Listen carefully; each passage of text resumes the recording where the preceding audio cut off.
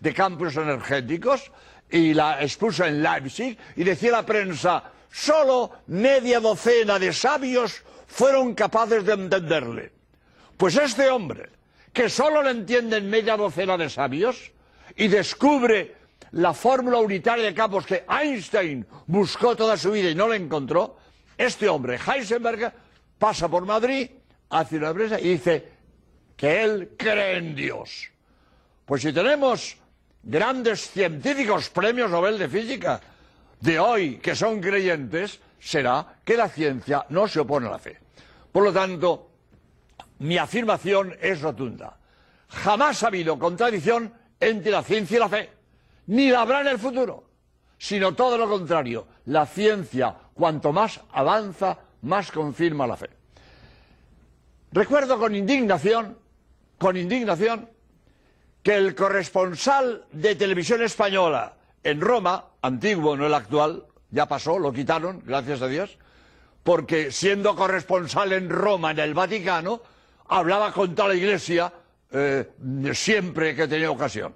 Pues aquel funesto corresponsal de Televisión Española en Roma, le oí yo decir por televisión, cuando el Papa Juan Pablo II pues dijo que había que orientar el progreso científico para que no se vuelva contra el hombre, cuando decía que la ingeniería genética era muy peligrosa y que si no se orientaba se volvería contra el hombre, entonces este corresponsal dijo por Televisión Española, la Iglesia, como siempre, contra el progreso científico.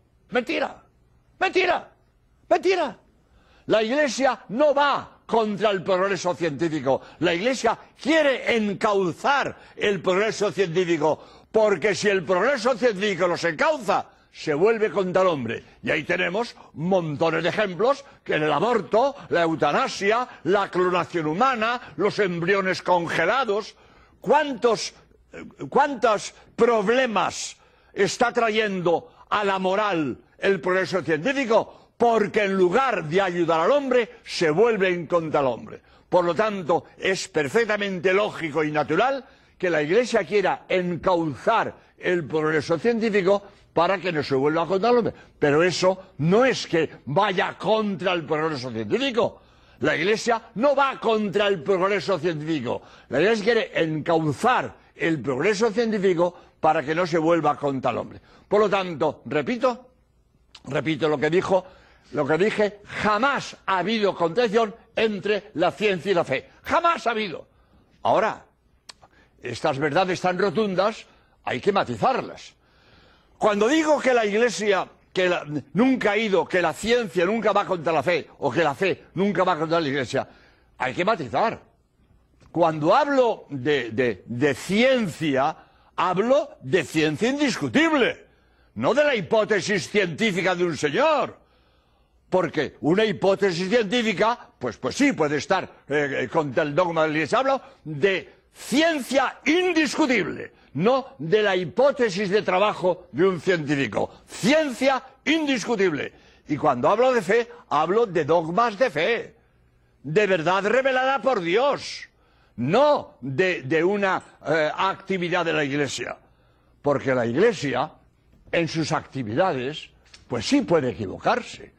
Eso no hay problema, no hay problema, porque los hombres somos limitados y nos equivocamos y somos pecadores y hacemos lo que no tenemos que hacer. Por lo tanto, la Iglesia puede equivocarse en su actuación, pero el hecho de que haya miembros de la Iglesia que no cumplen con su obligación, eso no le quita nada a la santidad de la Iglesia. La Iglesia es santa por sus frutos, por la fruta pujante que cuelga de sus ramas, no por la fruta podrida caída de las almas, de las ramas de la Iglesia. Y los que dan lo que es exponente de la santidad de la Iglesia son los santos, que son los que han vivido en su plenitud el catolicismo, y no la fruta podrida caída del árbol de la Iglesia. Porque qué duda cabe que entre todos los millones que somos los católicos, pues alguno falla. Pues sí, alguno falla. Es imposible, dada la libertad humana y dada la limitación humana, que no haya pecadores. En la Iglesia hay pecadores. Pero eso no empaña la santidad de la Iglesia. Porque, repito, el exponente de la santidad de la Iglesia, los que han vivido la plenitud del catolicismo, son los santos. Y no nos fijemos en la fruta podrida caída del árbol de la Iglesia. Y después también la Iglesia puede equivocarse en alguna actuación. No hay problema, no hay problema. Porque nos podemos equivocar. No en lo dogmático. En la enseñanza dogmática, que es la verdad recibida por revelación de Dios, en eso no hay equivocación. Pero en su actuación, pues sí, la Iglesia puede equivocarse. A propósito de se suele traer el caso Galileo.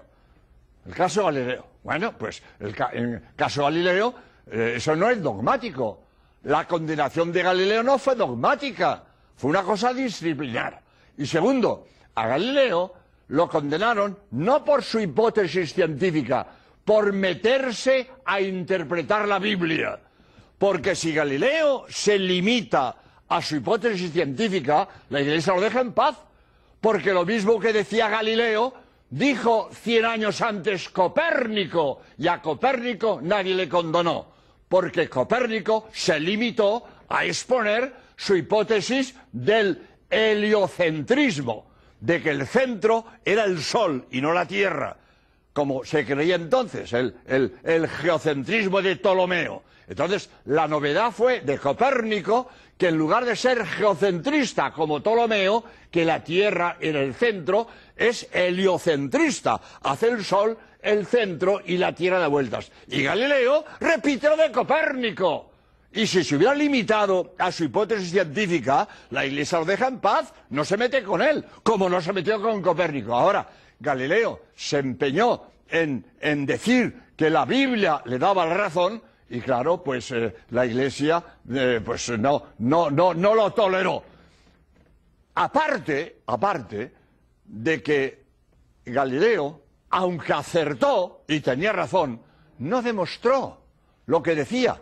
Y la prueba es que Tycho Brahe, astrónomo de la misma categoría que Galileo y contemporáneo de Galileo, seguía siendo geocentrista. Y Tycho Brahe no se convenció por lo que decía Galileo y siguió siendo geocentrista. Por lo tanto, Galileo acertó, pero no probaba lo que decía. Y segundo, se extralimitó queriendo hacer que la Biblia le daba la razón. Y en esto fue lo que la Iglesia pues le condenó. La Iglesia no dogmáticamente, sino disciplinarmente. Aunque hoy pues parece que se opina que aquella condenación no fue acertada y quizás hubiera sido mejor no hacerlo. Pero en fin, hoy opinamos así, pero en aquel tiempo, la Iglesia de aquel tiempo opinó que no podía aceptar que Galileo se pusiera a interpretar la Biblia y por eso le condenó en una obra disciplinar. Por lo tanto, repito, aunque aquella condenación de Galileo fuera equivocada, no sabemos, otros opinan que la Iglesia de aquel tiempo hizo lo que tenía que hacer, pero en fin, aunque fuera equivocada, no hay problema. No se trata de verdad dogmática, se trata de una acción disciplinar.